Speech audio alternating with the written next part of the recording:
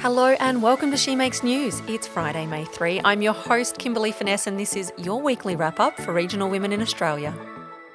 Bendigo lawyer Sarah G from Curium Legal said it's been a busy start to the year, with some clear trends emerging in the legal landscape. Sarah says there's an increasing trend of interfamily loans, highlighting how families are assisting each other in navigating the housing market and managing rising living costs. So we are doing tons of interfamily loans at the moment, and what that means is we might have parents coming to us and wanting to help their kids to get into the housing market, or help them out because they're struggling a little bit with their mortgage with the rising cost of living. But also, there's a lot of people investing in businesses at the moment. So they might be loaning money into businesses or taking on ownership of a business. So we sit with people and we talk about, what happens if the lender or the borrower was to pass away, what happens if they separate from their spouse.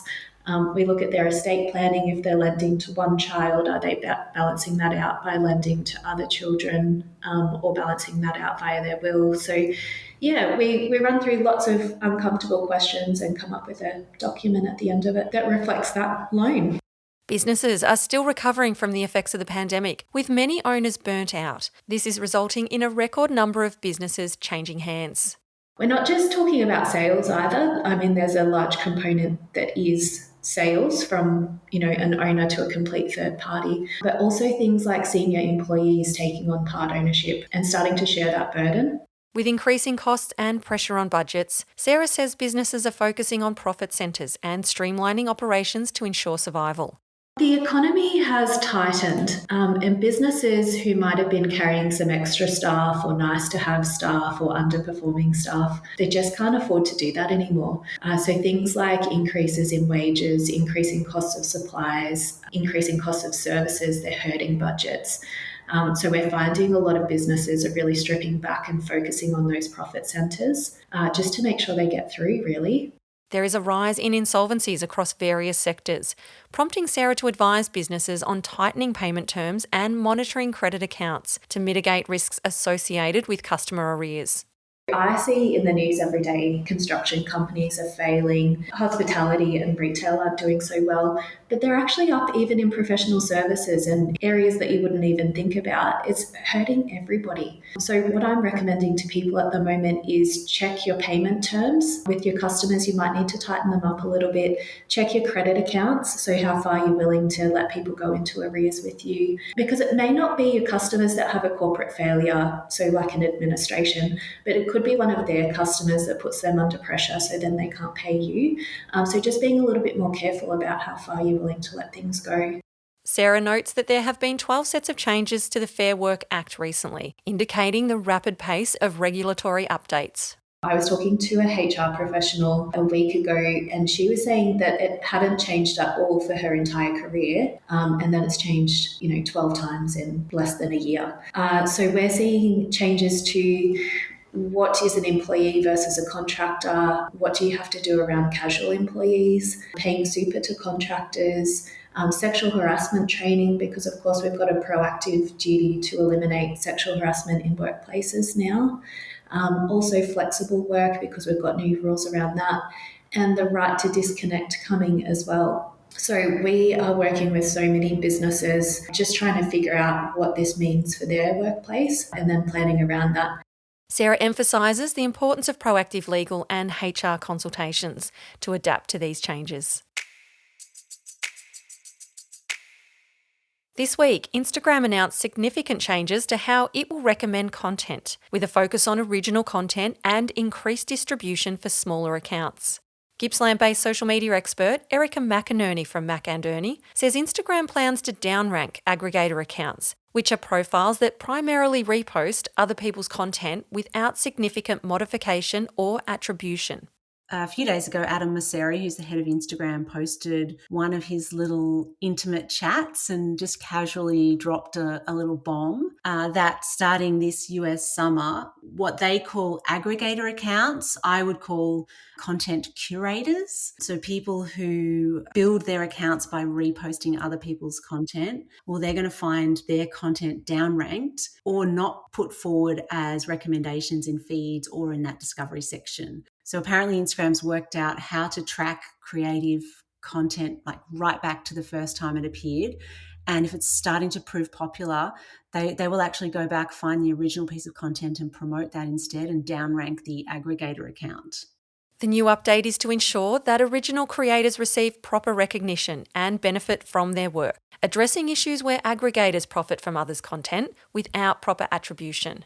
Accounts that they are trying to cut back on. It's the accounts that just screenshot other people's content and stick it up as though it's their own. It's people who constantly reshare content and again don't attribute any credit to the original poster. These accounts sometimes make quite a lot of money off this content that they didn't create, and then the poor little person who made it doesn't get anything. There is a lot of talk about how this will impact business profiles. Erica said business owners are primarily concerned with how this will impact their reach and content creation.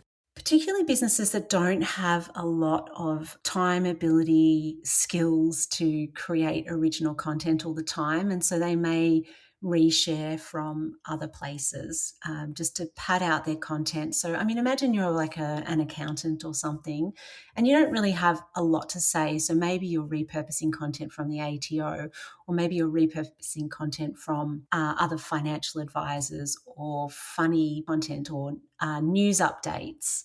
People are worried that they're going to have to now create all of their own content themselves. And I don't think that's what's happening here. But again, I mean, I can't be 100% sure. It's very early days yet. Content creators will need to adapt to the changing landscape. Erica recommends business owners add unique elements such as stickers, voiceovers, or original captions, and use the remix button on Instagram Reels.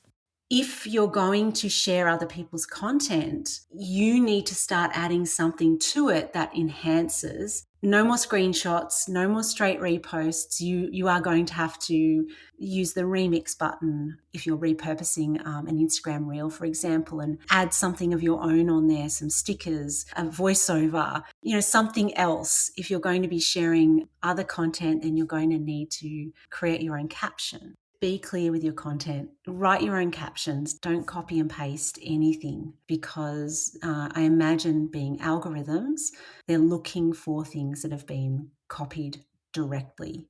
Erica says using keywords strategically in captions and posts is essential for visibility and discoverability on platforms like Instagram. I am making sure that everyone that I speak to understands that keywords are really important. And I know we use this all the time, but consistency is very important, both consistency in the style of your language and your visual identity. Being recognizable is important. We're talking about computers, we're talking about data. So if you're using language and words and creative that reinforces and makes it very clear what your message is about, what your business does, who it's for, you will have a better chance of being recommended. Algorithms do not guess. So if you are vague, if you don't use many words, if your creative is a bit vague, then the algorithms won't know what you're talking about or who you're for. Meta has also recently introduced AI search, which Erica says signifies a fundamental shift in how users engage with content on social media platforms. The other enormous piece of news that's come out recently is Meta's switch to AI search, and that has fundamentally changed the way that Facebook and Instagram work. And the effects of that are still rolling out. So now we have this AI-powered search, and it's very, very different to what we're used to. So people are going to have to change their habits. So I think that as that gets more and more powerful and people start to understand how to use that better, that's when I think hashtags are going to become less significant, because people are going to start searching the way that they do on, say, a Google or something, where they're actually searching for phrases and ideas rather than looking for a compilation of ideas around a particular hashtag, for example. Now for some news headlines. Rural health advocate Rebecca Keeley has won this year's New South Wales ACT AgriFutures Rural Women's Award. Rebecca is the founder of Yarn, an innovative health platform that tackles the obstacles of geographic isolation, increasingly challenging service delivery options, and growing waitlists for speech pathology services across the country. Beef Week starts this Sunday in Rockhampton, Queensland. It's a week-long exhibition and celebration of all facets of the industry, including producers, scientists, chefs, students, exhibitors, and everyone in between. The Scone Horse Festival is kicking off next Friday. This event, held in regional New South Wales, runs over 10 days and celebrates all things equine in Australia's horse capital. My hot tip is, when in Scone, visit Laura Hall at Philly Hats. You'll find the most incredible custom and ready-to-wear hats. They are like a piece of art. Do It for Dolly Day is next Friday. Go blue to end bullying. You can get involved to raise funds and help make Dolly's own dream of a kinder and safer world for Australia's kids and communities a reality. Aviatrix founder Georgie Arnold has published an activities handbook to keep little flyers occupied. Hayley the Helicopter's High-Flying Handbook contains activities created by Georgie and illustrated by Emily Ingham Art. Georgie says she wanted her work in the aviation industry to be inclusive for all. You can now stream the movie Just a Farmer, which is written, produced and stars farmer-turned-filmmaker Layla McDougall. It's a compelling drama that authentically portrays the impact of suicide on a rural Australian family, shedding light on critical mental health issues in farming communities. Singer-songwriter Megan Woods has released a new single, Shattering the Silence. The song is about standing up for what is right. Originally from New Zealand and now based in Orange, New South Wales, Megan says the song is timely, with themes shedding light on issues of domestic violence, bullying, harassment, and mental health. Shattering the Silence is out now on all streaming platforms. And a save the date for September. Flourish, a women's health gathering, will be held in Grenfell, New South Wales. It's a partnership between the Collective Grenfell and its local community health service. Sign up to the Collective Grenfell newsletter to be notified when tickets are released.